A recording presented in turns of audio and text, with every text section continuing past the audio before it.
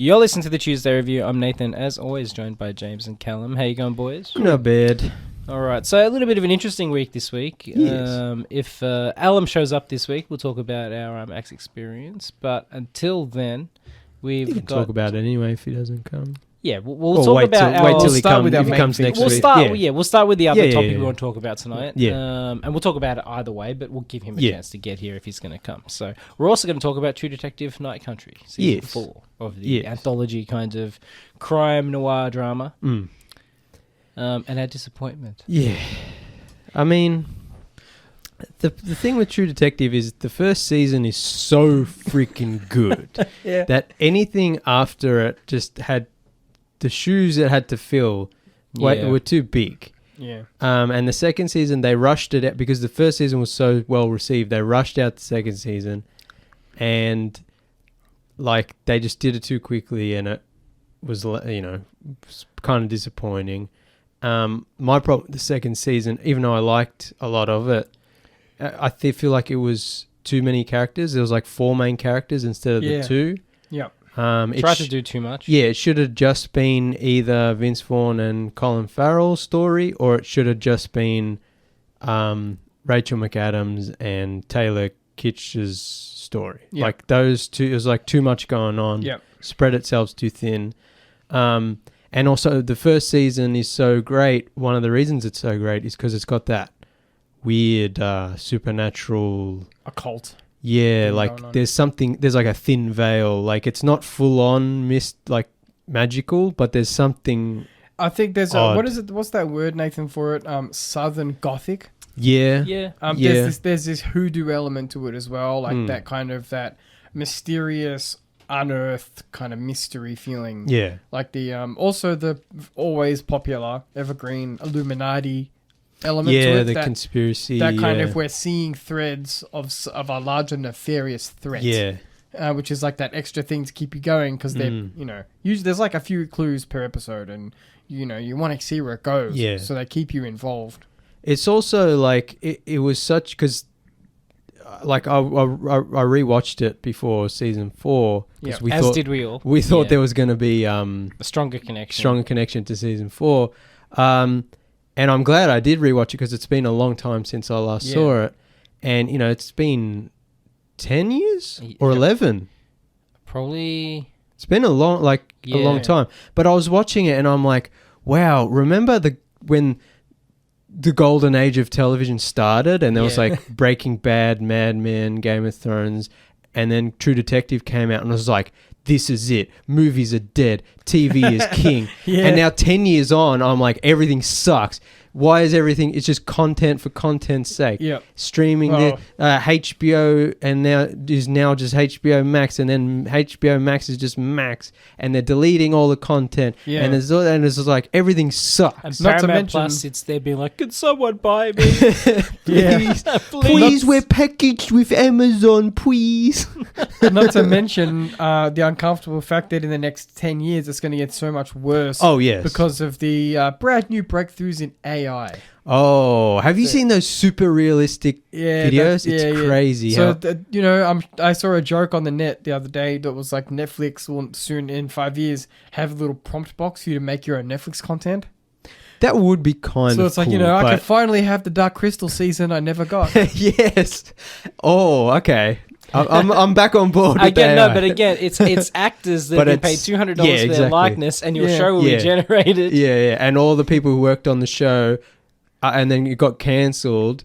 All their assets get uploaded to the library. And now all we have to do is type in. We're giving them ideas. Yeah, they've already But and it was rewatching season 1 of True Detective, and I was like, wow, this is such good television. It is like premium, tip of the top, excellent cinematography, music, acting, writing, whatever. Everything about it. Yeah.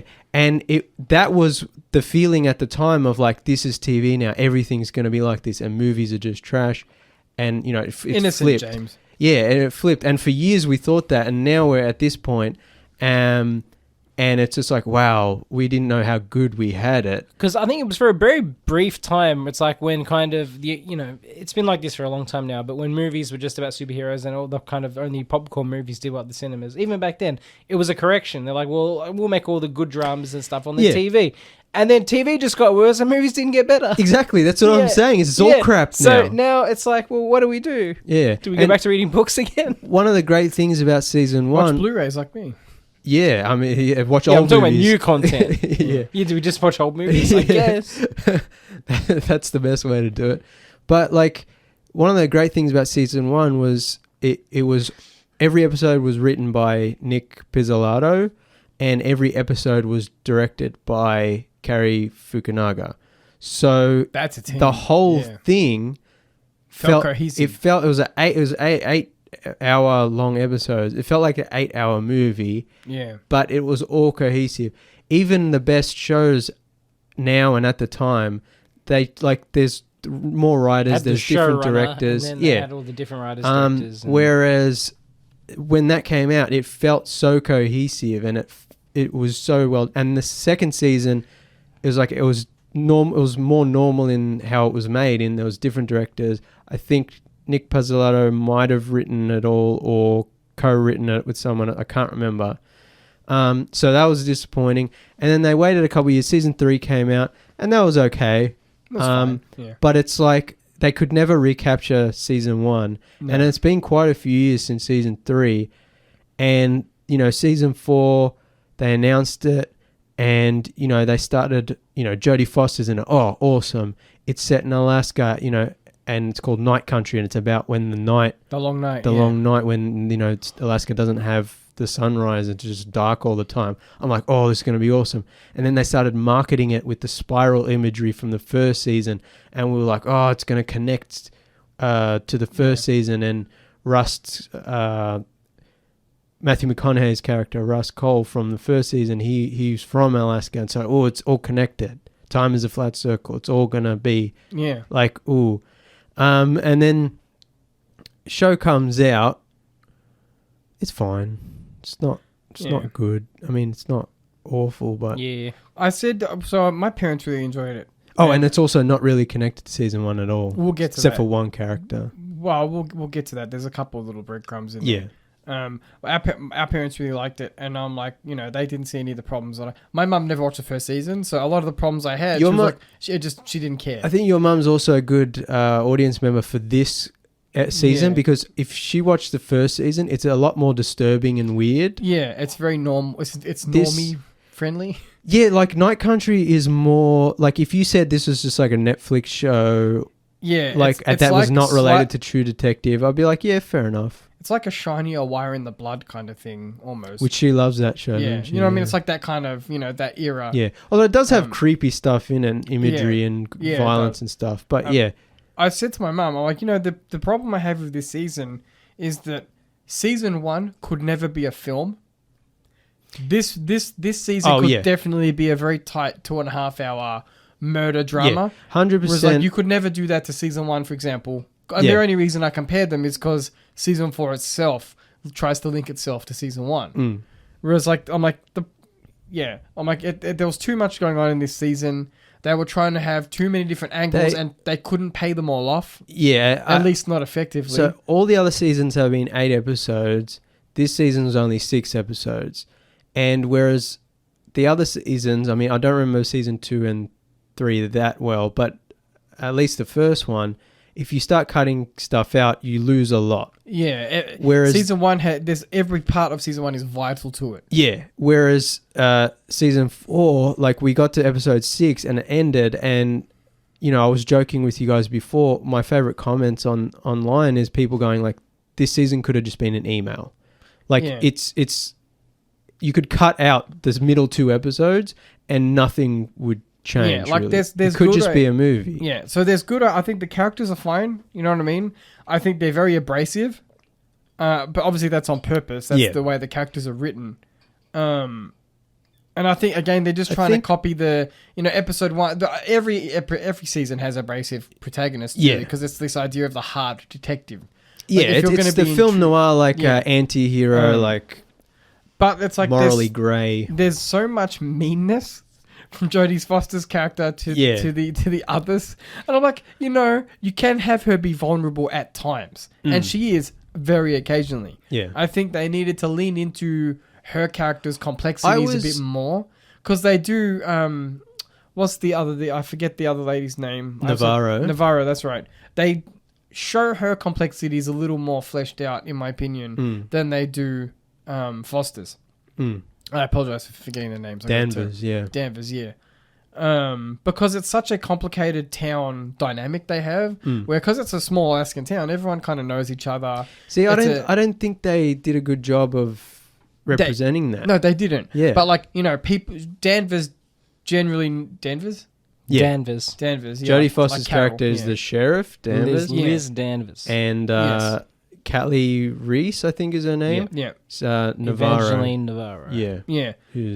Was with the sheriff's department, but then she got busted down to trooper, which is like street cop, basically. You do get hints of that community dynamic, but she does pick fights. Yes, she does pick fights, correct.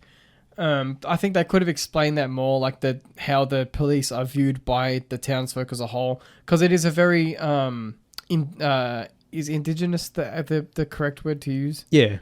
It is a very indigenous Native community. American. Native community, Yeah. So it's like, I think it would have been interesting to see from their point of view more. That was something I was disappointed about, is Navarro is native, or at least part native, and Danvers is like just white lady who's like coming in from outside the town. Yeah.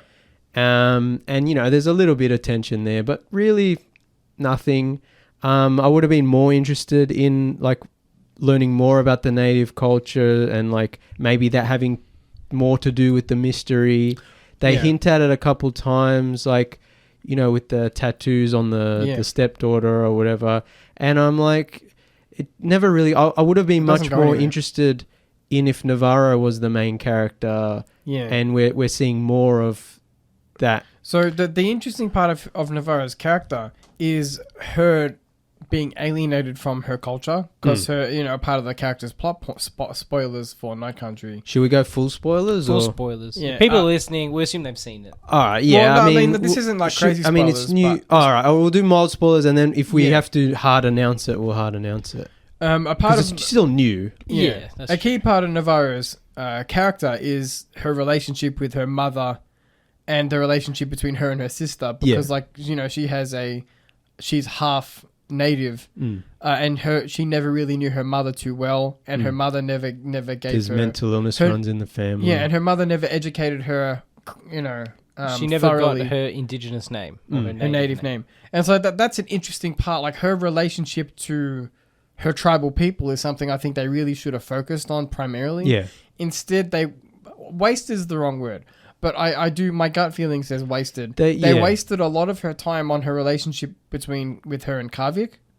Yeah, where I'm like, which goes nowhere and is not really They could have kept it important. in, but I want to see more of how she connects. Like, how does it feel to her to be an outsider, both literally as a policeman and also to not have that understanding and knowledge of her people. Also, one of my problems is that the victim, the main victim that Navarro is, the murder victim, Annie Kay, who, her obsession is to find the killer, and she's a native woman who was brutally murdered, and there's this mining company who's polluting the environment, and the native community is trying to rally against the mine and protesting and whatever, and I'm like, this is all interesting as well, but it seems to not really go anywhere.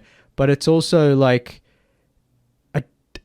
this movie, for a show set in Alaska, I felt cold towards everything that was happening and all the characters, because I really didn't get that sense of community. No. I got more. Do you remember when we saw how to blow up a pipeline? Yes. I got more of that sort of sense of like, they're destroying the environment and the indigenous community or whatever, and we have to do something about it. Well, do you remember that scene in How to Blow Up a Pipeline that deals with that literally? Yeah. I don't know if it's Alaska, but it's like set in... Yeah, I think it even might be in Alaska. Yeah, and I'm like, that angst. You only see that angst from the people in this film a few times, but it's also less visceral than in How to Blow Up a Pipeline. Yeah, in the show, like there's the stepdaughter character, and then like that kind of goes. And nothing really goes anywhere because there's like a couple episodes where they set things up, and then they don't really. The core problem I have with the season is they seem to not. They don't want to pay things off in a way that feels satisfying, or they just, I shouldn't say don't want to. They just didn't. For whatever reason, whether it was script rewrites or that's the other thing, especially studio interference or what have you, they kind of just fizzle out. Especially with the ending is like you find out the mystery and you're kind of like, oh, that's kind of silly. And then there's all these other lingering questions. And I guess to them, that those lingering questions is just like, you can't answer it. Like one of the characters even literally says, you can't answer everything or something like that. What a cop-out. Yeah, and I'm like, I understand the original season had this other, like there's a dark presence underneath things, and there's a grander conspiracy criminal cabal of like this whole thing. But you still felt satisfied with where the mystery was solved, and most importantly, where Russ Cole like has this catharsis through all these years. The first season takes place over years, and it's like at the end of it, you feel like this weight's been lifted off him. Yeah. Whereas the end of this season, like you should feel like this weight of Annie K's murder should have been lifted off Navarro, and this weight of like not knowing where she fits in, not knowing her people, not knowing her community should be lifted. And at the end of it, I was just like, I didn't feel anything. Yeah. And then when she like walks off into the sunset, so to speak, which, I'm just like... Eye roll. Yeah, I'm just like, this... What? Why? Yeah. She didn't earn that. That wasn't earned. Yeah. That's the problem. A lot of the endings for this season are not earned. Whereas you look at season 1, for example, season 1 does a lot of work with character development over the course of the whole season. Yeah. So the characters that we start with are not the characters we end with. They grow in pretty much every area they need to. They grow and they develop. And that's because HBO gave Pizzolatto a lot of room to maneuver with things like time scales and things like that. So it's like this film takes place over like the course of the month. I'm sorry, this show takes place over the course of the month. So it's like, it's a lot smaller time scale. But see, this is... And the characters don't develop enough for it there to be a satisfying resolution for the characters themselves, much less the story. I mean, season 1's great because it does take place over so many years, and it's got this flashback, bookending kind of narration kind of scenes and interrogation scenes.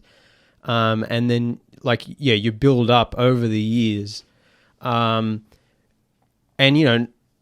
this didn't necessarily need that, but I feel like it takes place in this kind of small town in the dead of night. It's 24 hours dead of night, basically.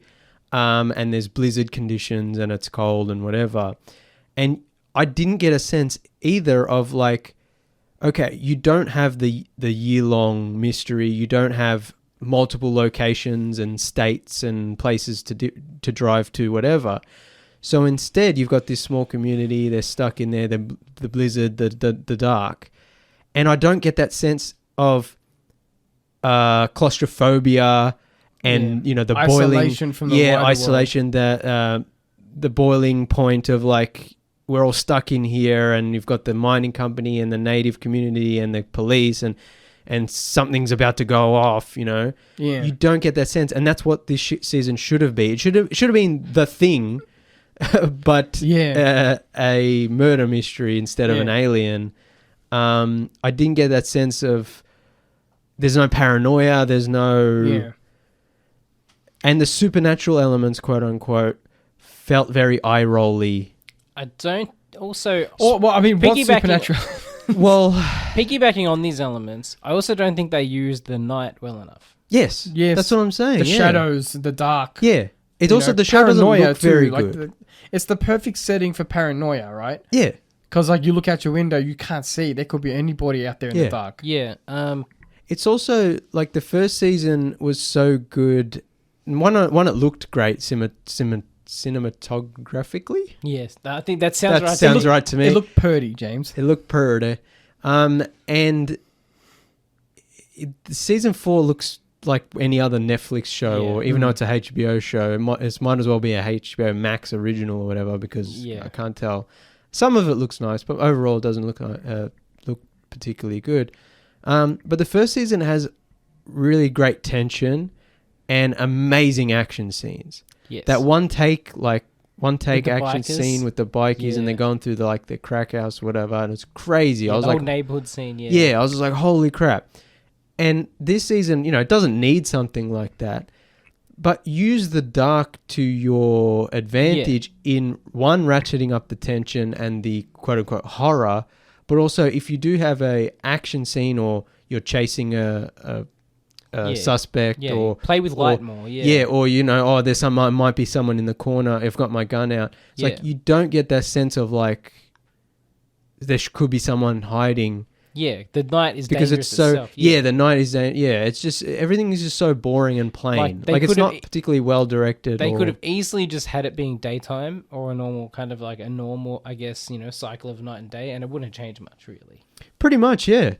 So it's kind of useless to have it. Use it. It would have been interesting for the characters to slowly start to not lose their minds, but like over the course of the season, for them to slowly start to unravel. Like Insomnia, Insomnia does this concept well. Even Rust, it's the opposite. Rust in the first season, he's like, I don't think he really sleeps, and like he's got that little apartment with nothing in it, and he's just like grieving over his daughter's death, and he's just like. He's this kind of... And this season, they kind of do that thing again where Danvers lost her son and, Navarro has lost as well in her family. And it's like... You don't get that sense of real feeling. And then they kind of try to backload it all the way in the last episode. Yeah. That should have been spread out throughout the whole season. Yeah, and again, you don't get that catharsis that Rust got at the end of season 1. Yeah. Again, season 1 is literally about like the battle between light and dark, and this season is about a place on the earth that's always dark for an extended period of time, and they don't deal with light triumphing over dark, even though the dark is an overwhelming force, not only in the world but in this specific place and time on the planet. They could have written it so much better. It's just a wasted opportunity. One of the interesting things about Rust Cohle is that even though he's a dark man, he has dark thoughts, he has a dark brooding background, he's a soul, for lack of a better word, soldier of the light. You know what I mean? Yeah. He's very much, his moral compass is very much set, and that his foil is Marty, who doesn't really have a moral compass. Yeah. He's a pretty bad dude. They're like the opposites of each other. Whereas you take this season, and like I said, both of them are just kind of abrasive. Yeah. They're both kind of just aggressive. The most interesting part about Navarro's character to me is the slight spoilers for season 4. Is like the visions she occasionally receives. Yeah. Right? I'm like, that should have been a tool for the season where it's like her understanding maybe it's some shamanistic issue with the tribal people, and her trying to convey that and have that dialogue with Danvers. It's like the two people... Mild spoilers again, like other people have those visions. One, they don't explore that, and two, other people have those visions as well. So it's not like anywhere. It's not like Rust in the first season where he's the only one who has those visions. Yeah. And it's sort of not explained away, but it's kind of mentioned that his brain is fried from the amount of drugs he did while he was undercover. And so that could be part of it, but there also could be a supernatural element. We don't really know. And again, they could have had season 4. They could have had this same examination. Yeah. Like, is it like, are we seeing the visions through kind of, I guess, customs or rituals? Yeah. Or is it the pollution? People, or is it pollution? Or is it... Yeah, something in the water, which they mentioned several times. Or is it just the night country, it's nighttime all the time, it affects people. The season ends and they go, oh, well, there is some weird spooky stuff out there, you can't explain everything, and it feels like a cop-out rather than... And all of the character development I'm talking about with the spiritual stuff, like you said, they backload it. Yeah, it's all in like the last episode. We should have been seeing a little bit of this in episode 1. We should have been continuing. You do, but it's so vague. Yeah, that's what I mean. It's like there's a polar bear with one eye. Oh, the CGI. Oh, God. Yeah. Well, But my point is, it should have been built up over the course of the season. Yes. So when we finally get to that end, we can say, okay, I can see, it's been led up. Finally, we get that payoff. But all the payoffs are bad. So, everyone, unsatisfying. I personally think that the more I think about this season, the less I like it. Yeah. Only because, so from incoming rant, fellas, I'll make it quick. We've been ranting this whole episode. The problem I have is they wanted to link this so much to season 1 because season 1 is the best, obviously, and it was the original True Detective cash cow. Yeah. They start off with the spiral, and that's not a spoiler because that was in the promotional materials. Yeah. None of these links are really spoiler, by the way. More information about the spiral is revealed in this season. They retconned the spiral in the dumbest way. My interpretation is that it's a different spiral, which I was trying to hint to Nathan when we were talking about it the other day. I think they marketed it as, it's connected to season 1. The spiral comes back. It's the cult from the first season. I don't think they're connected at all. I think in this season, it's just an indigenous symbol. I hate it. Yeah. I think it's so dumb. Like, use a different symbol. You don't need to piggyback on number 1. It's your own show. Stand on your own 2 feet. Yeah. Every connection was just... is written in as an afterthought. It's almost like it's nostalgia baiting. Like, it's Roscoe's mother. There's the spiral. The guy says time is a flat circle. And then Jodie Foster and then Jodie Foster looks at the camera and winks. And the audience goes, Leonardo DiCaprio point at the screen. Yeah. So when that character said time is a flat circle, I'm groaned because I was like, that is not necessary for you to do that because it has no connection to anything else in the season. It's just like he looks at the camera and he goes, this is like someone's faded memory of an Alaskan mining town. Also, the villains in the first season were like so great. Yeah, they were like scary. Yeah. In this, it's a vague, there's a vague supernatural presence, and then you find out who the killer was, and it's kind of like, oh. Okay. Yeah. And then you find out what really happened that night, and it's kind of cringy. Yeah. Again, mild. It's a bit of a bigger spoiler, so I won't. But like a certain name is dropped, a certain organization name is dropped in this season, and again, it's like a really cool idea if you want to connect it to the first season. Yeah. But it goes literally nowhere. This is kind of like Prometheus, where they should have either gone full Alien prequel or should have done an original movie and not done this weird I said to in the middle. Nathan after I finished watching it today, there are elements of it which scream to me like it's almost like fan fiction. They're like, 100%. I'm going to take elements from season 1 that I thought were really cool. I'm going to make my own story, and this is going to be in Alaska. What if we have a story where Roscoe's mum is cool? Father. Yeah. Oh, is it? It's. I assume it's. I know that the father died in the ice there. I don't know if because I never found her. I never caught her surname, but I know that. No. She says her name. Her name's Rose Agnew, but I think they even mentioned that she didn't take his name or something. Yeah. So either way. But I mean, his father is is one of the ghosts in the first episode. But everything in it feels like fan fiction. Hey, remember this? Yeah. You loved the first season. We're hinting at it. They shoehorned member berries into a show that didn't deserve them. And I think, I was saying earlier, the first season's so great because it's written by one guy, directed by one other guy, feels very cohesive. This is written by one person, directed by one person. Issa Lopez, I think is her name. It only feels cohesive in its blandness. Yeah. And it's kind of like, oh, okay. I think this is it. Again, there are good ideas here, but I think it shouldn't have been a True Detective show. Yeah. I think if you just called this Night Country and it came out on Netflix, it would have been better. It would have been fine. Okay. Yeah.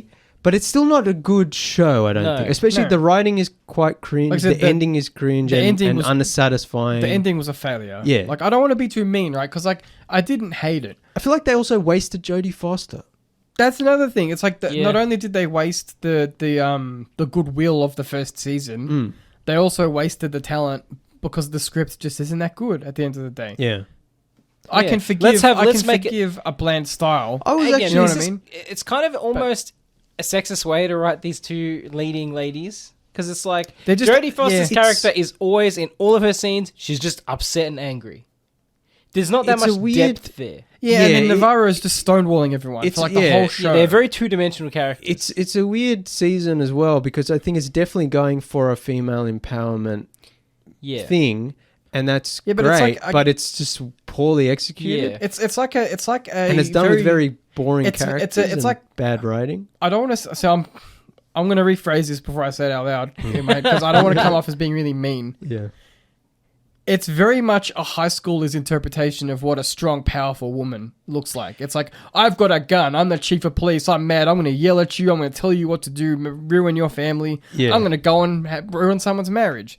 And then the other woman's, again, she's like, I'm buff and I'm strong. And don't you look at me. I'm mad. And I don't talk about my feelings to anyone. Yeah, no, do you know what I mean? I'm strong and silent. Like Gary Cooper. And then there's no resolution. I just walk away. If we compare it to season 1, if we compare it to season 1, like I said, you have these two characters who they have their mistakes. They also learn from them as the season goes on, reflect on their mistakes. They also, because of the timeline in the first one, they break apart, they have a falling out, and then they come back together. So that also different helps. People, and you can see helps resolve not only their relationship but also the mystery of the. Yeah, whereas like I said, the fact that this is set over a smaller period of time in the one area, you'd have to put more. Like I said earlier, more work needs to go into the characters. I don't care about all of the little dramas of all the townspeople.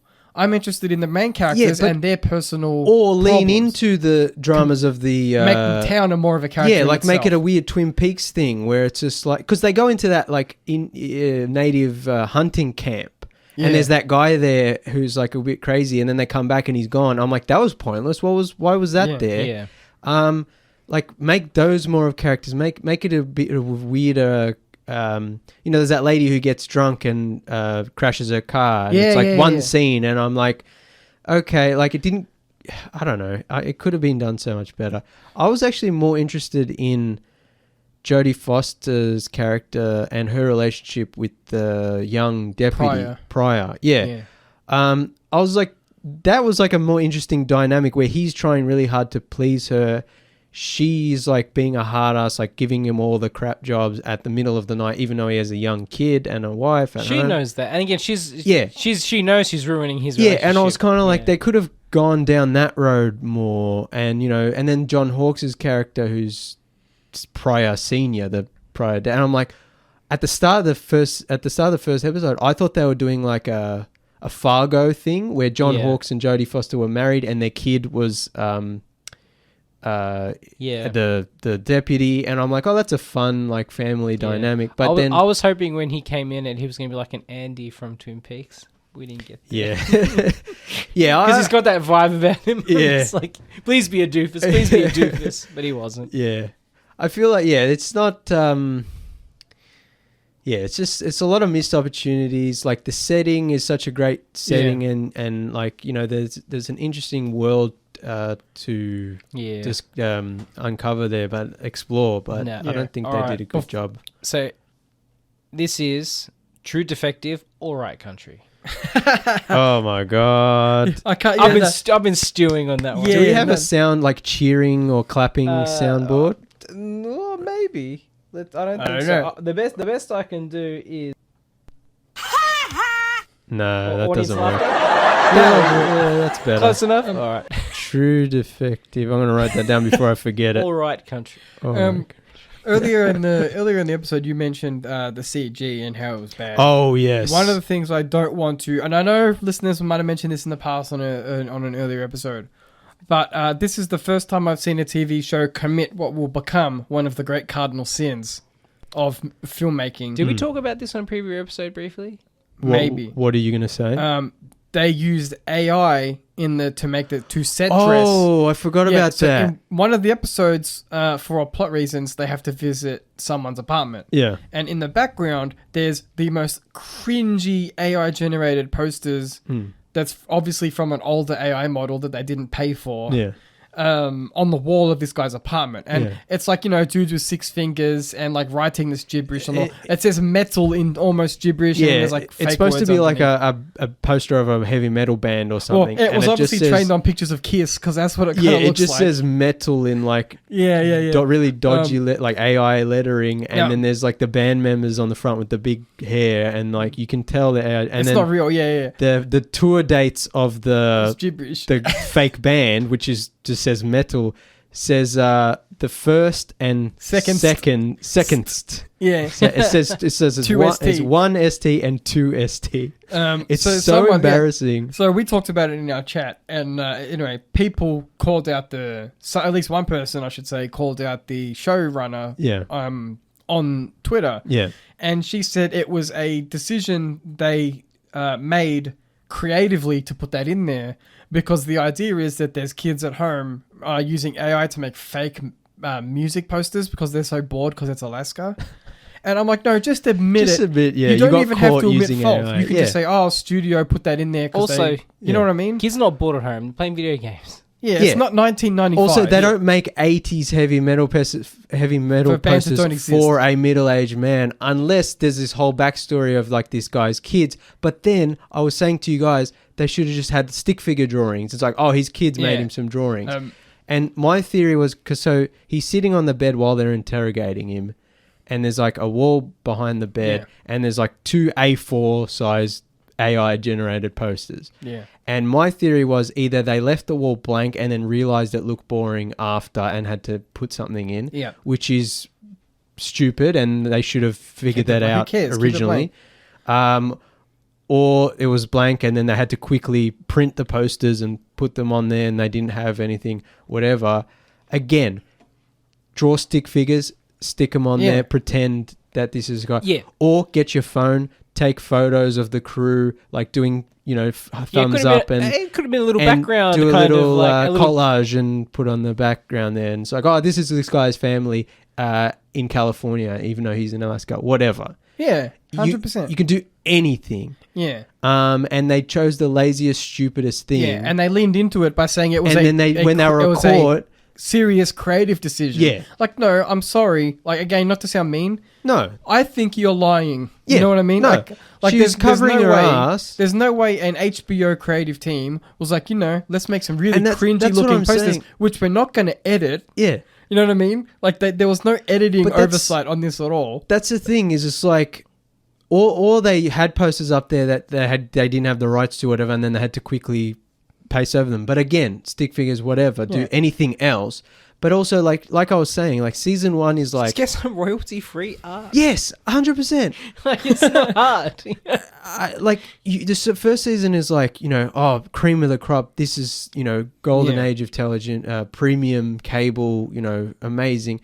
And now we're talking about AI, A4 AI posters on this guy's background, on this guy's wall in the background of a scene. Like HBO used to be premium. Yeah. Attention to detail. Exactly. Like money and production design. And now it's just like, this could be any other streaming show on any other platform. But so that was, again, we've seen the first example, at least in TV. So as far as I know, as far as we've seen, of AI being used to ruin a scene. I know they've done it in video games and people have complained, but I think... But it's going to be noticeable until you wait. I mean, depending on how advanced we can get in the next It's probably already happened. I mean, it happened with the opening titles of Secret Invasion. Oh, yeah, I heard about that. But yeah, I'm sure there's other examples of already been... I mean, filmmakers aren't going to be listening to this show. But, my advice to anyone would be, if you're going to use AI, cover your tracks, please. You know what I mean? Like, edit it, like, make the AI whatever, do it art, whatever you want to do. But then at least get a graphic designer to fix up the lettering. Your HBO, pay your freaking art... get your art team, set dressers, set decorators who are already assumedly on your payroll. Yeah, they'd be around. Yeah, or literally all they had to do was go to a $2 shop and get an old map or something, an old blueprint. Yeah, that's and pin it up on the calendar, man. A calendar. Yeah. Anything. Yeah. Anyway, we're rambling. But I'm sorry. Yeah, that was my last point. One of the big problems is the show. The first scene of the show is literally some of the worst CGI I've ever seen. It's like all these CGI deer. It is awful. And I'm like, this is not a good start. And there are multiple times where they show like a CGI polar bear or a CGI animal. Looks awful. Yeah. And this is something we've talked about before where, again, animal rights, I understand, safety reasons, I completely understand. I would rather they cut out those scenes and replace them with something else if you can't use a real animal or an animatronic animal, especially for close-ups. Do not do close-ups of CGI animals. And do not do a lot of movement with CGI animals. Yeah. Especially, in a few years, you'll be saying, do not use AI for CG animals, and especially do not use AI for moving CG don't animals. AI, or actors we'll be talking about. Like, can you please not see... Well, we already had that discussion with the Star Rogue One, remember? That was years ago. Oh, yeah, the face. Yeah. My God. This has just been it's been in the works for a long time. It's just now it's hitting its... time is a flat circle, James. Yeah. It's okay. And a rant over, I guess. Yeah. We'll be right back after this quick break. You are back on the Tuesday review. Having just talked about True Detective Night Country, we'll move on unless anyone else has any last thoughts. No, I think we got our... Yeah, it's not wine country. We're done. Yeah. I think we've mined it for all we can. Yeah. I think... at first I was just kind of apathetic about it, but like once you get talking about it, it's like, wow, they really dropped the ball. Yeah, I think so. And it is it's disappointing. I think it's just I wanted it to be really good, and especially like after season 2 wasn't so good, and season 3 was kind of and this was supposed to be the comeback season of True Detective. Yeah. And I guess it's good that it's anthology and you could technically do another one and it could be amazing. I mean, look, it got received pretty well, I think, generally, the season from other people. Those people are wrong. Yeah. But it means we might get another season. Yeah. So, I mean, on one hand, if they do another one, it could be good because it's anthology. But I think they should just stop True Detective. There's been rumors that Matthew McConaughey and Woody Harrelson want to come back and reprise their characters from the first season.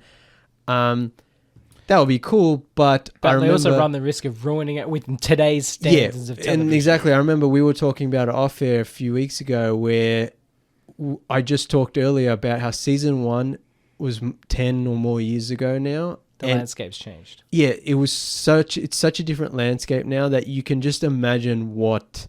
even if Nick Pizzolatto came back and even if Cary Fukunaga came back, like it would be such a different look and feel, and I don't think it would work. I hope to be proven wrong, but I think they should just leave it alone. Well, I always say this is what I think that... Oh, also, sorry, it's True Detective, it's anthology. Do a full-on 1930s, 1940s noir. Yeah, that'd be cool. Yeah. I was going to say, if they're going to revisit those characters, he can write a book or something. You know what I mean? Yeah. Like, those characters would very naturally fit into a novel or a graphic novel. It doesn't have to be TV. It doesn't have to be a film. The first season kind of feels like a novel. Yeah. Like, it feels like it's been adapted, even though I think it was written for television. Audio play on Audible with Matthew McConaughey and That Woody be Harrelson cool. kind of reprising those characters? You could do it in a really alright. interesting way where it's like just more interviews, but in them telling the story. Oh, you know what I mean? Yeah. Like the thing could just be interrogation recording tapes. Yeah, that would be cool. Reading reports and then their opinions about what they think. Yeah, and there's no like prose. It's just like here's what dialogue. happened in Conversations. Yeah. That would be cool. Yeah, there's so much into make Send a us video a game. chair. Yeah, they never will. Hey, instead of using AI to make garbage, Just let us make your garbage. send us Handmade garbage. send us a couple shekels for some, half-baked ideas in a podcast studio in northwestern suburbs. All right, let's move on to the other interesting thing that happened this week. Yes. We saw... To you guys, not to me. Yeah, not to James. We saw 2001 A Space Odyssey at the IMAX. 4K digital restoration for IMAX. Yeah, It wasn't IMAX optimized. It's weird, right? Because it says that on the website when you go to buy the tickets, and then when it starts, it's like not optimized. But I think it was.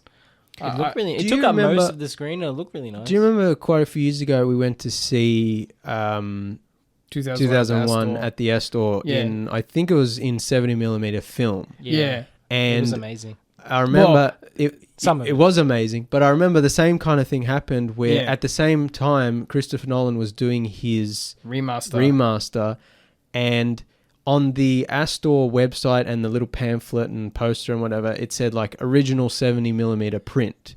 So I thought that meant this is the non-restored version. It's just the best film version that they have up until this point, which is how I wanted to see it, like kind of watching it like how you'd see it in the in the late 60s. But then before the movie started, I remember Christopher Nolan came up and was like, "Thank you for watching the new restored version." I'm like, I don't think that's correct. And so it seems like the same things happened here. And if I remember correctly, it was not the restored version. No, I don't think it was. It was the original, one of the original film prints, which is still good. Yeah, which is still great. It looked amazing. We Ubered it there, and the poor Uber driver had to listen to me talk about movies, film reels, and movies, and crystals, and get all excited. Did he ask you? No. Or were you just talking his ear Nathan just went at him. I just attacked him with useless knowledge about, hey, 70 you like Kubrick? film. Like Kubrick? Oh, yeah, we're going to You watch Blu-rays? Well, this is 4 times the visual picture quality, sir. I was on chat. You see, I was on chat. That's why you got to keep them dry.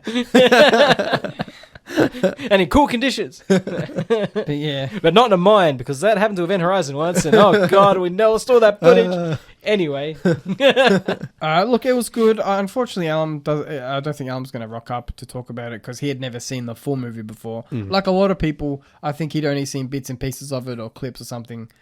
So he wasn't too sure if he was going to come originally. But he did, and I think he enjoyed it because seeing the whole thing. Because, like, you can never get the entirety of a film from, clips or whatever. Oh, yeah, no. He was bedazzled by moments of it. Because I said to him, like, you have to remember when we're watching it, it was filmed in 1968.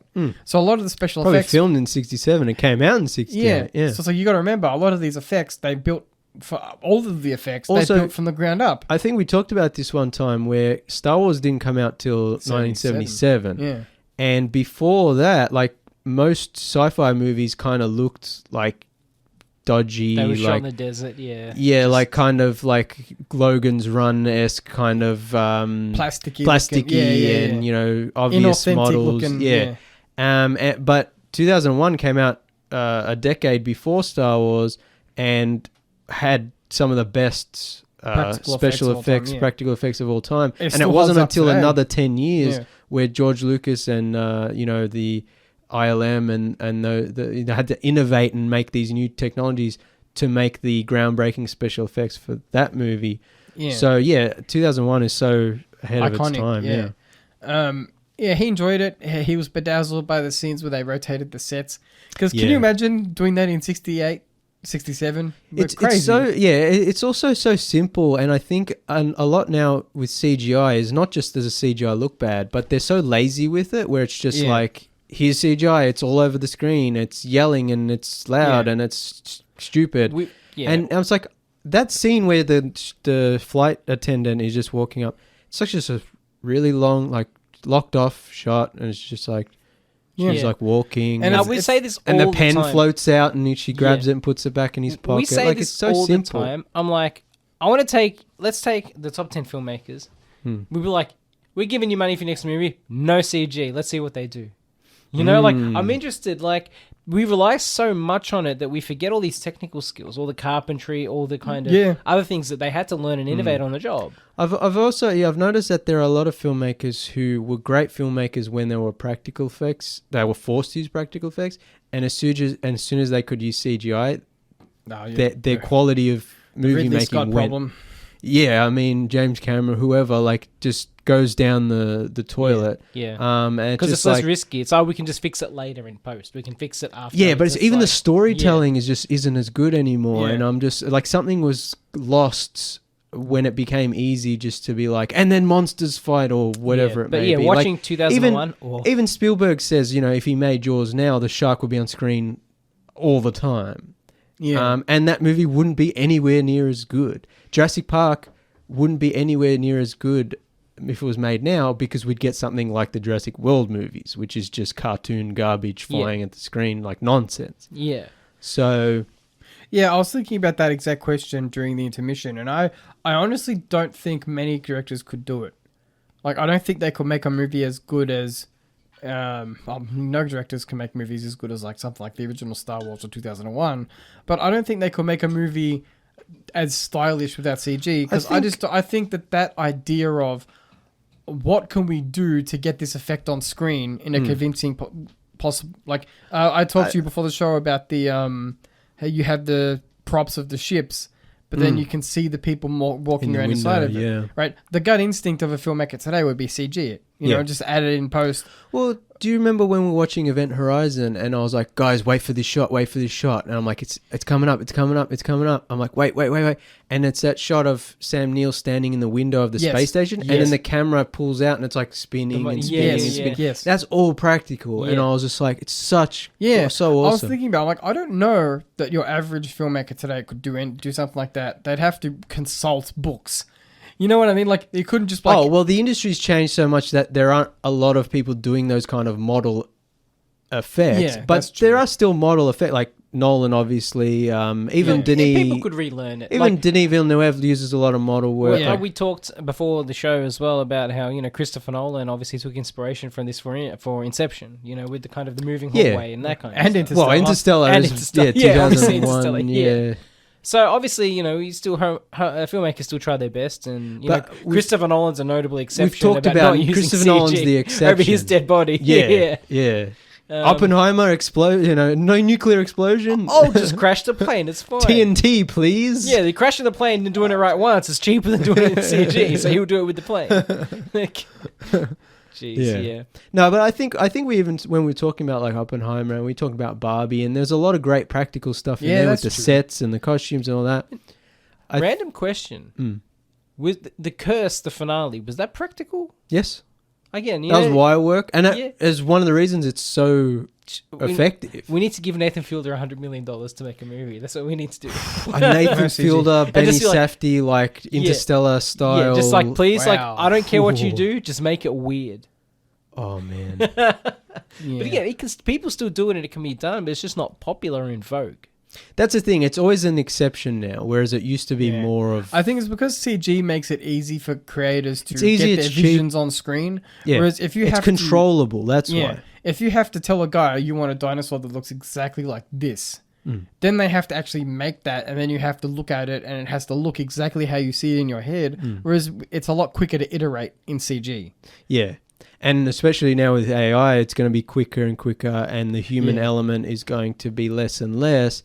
And soon it's just going to be like, because theoretically, you could, if you're Netflix, right, you could feed all of your movies into an AI, and you have all the royalties to all of your properties, so you don't have to pay anyone to use this AI. Well, that's what the strikes were kind of partly over, you know, like, and then you could just make movies with your AI. Yeah, like you know what I mean, like, because if you're training your AI on things that you own, you're not breaking any laws.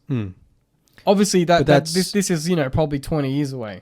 But also, actor and character likeness would become an issue. That's the thing. That's why, you know, actors were striking, because it's like, oh, they can just scan me or use footage from me and use it to train AI, or use it to make CGI models for future projects that I'm not involved in or compensated for. So yeah, I mean, that's definitely a thing that's going to happen, and yeah, it's not. But anyway, 2001. Great movie. Yeah, so good. The colours were nice on this restoration too. Yeah, the close-ups of the faces were even like the red suit against the black, the red space suit against the black kind of space. It's very like striking movie, even though a lot of it is just white and black. I think as far as kind of your kind of I guess your 60s kind of version of the future, you know, has still had that 60s. But it's still very modern. Like that's one of the reasons it's so far ahead of its time, because again, like 60s sci-fi movies were more like Jetsons-y, like ray guns. So there were moments of the film where I'd whisper to Alan, I'd point out, like, look, they're using iPads. Or it's like, he's like doing a video call. And I know video calls existed already, but it's like, he puts his credit card in there and he... But video calls back in the 60s, that's a big futuristic thing. On the spaceship, they have like actual like iPads where it's like you got the screen, but then there's buttons on the bottom so you can control the menus on them. They don't do that, but you can see it's built into the device. And I was like, how far ahead do you have to think to be like, what would people actually be using in the future? And then instead of just coming up with nonsense, he made tablets. And it's things like that. Well, Star Trek had the data pads. Yeah, but Star Trek also has a dog with a horn.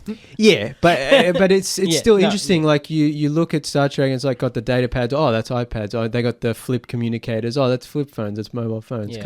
But like 2001 feels more like grounded and realistic. It feels more prescient than something. Speaking of evil AI, HAL 9000. Oh no, yeah, a bit of an AI focused episode, I guess. Yeah.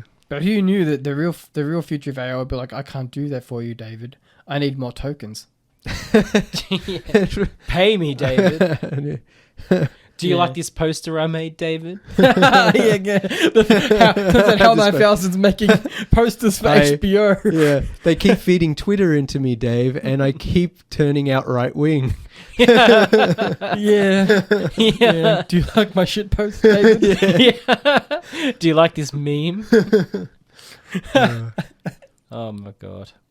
That's just about all the time we got for tonight, guys. Thanks for listening, everyone. Please like and share the Tuesday Review Facebook page, Instagram page, Threads page, Twitter page, Newsmask page, Blue Sky page. Yeah, Blue Sky is now open to the public, so you can make an account and follow us there. And also follow and subscribe to us and like our videos on YouTube. Yes. New old videos every day on YouTube. Yeah. We're catching up. Until we catch up. Yeah, we're catching up the old episodes. Yeah. Please, let us know if you want... I forgot to mention this last week. Anatomy of a Fall is now on normal release in Australia. Oh, go watch it. So please go support it. Go watch it. It is a great movie. Yeah. One of the best that we saw at MIF. Probably one of the best movies you're going to see of the year. Yeah, if not the best. 100%. We don't get many courtroom dramas anymore, and this one's tight. Oh, such a good movie. Follow us on Letterboxd as well. James is Channel Drifter. Channel Drifter, yep. Callum is Callum Tuesday. Correct. And mine is Nathan B_90. That way you can follow along with everything that we watch and review and rate, and tell us how wrong we are. Yeah, and if you see something we've watched and we don't talk about on the show, let us know, and if you want us to talk about it. That's all we've got for this week. We're back next week. Adios, cousins.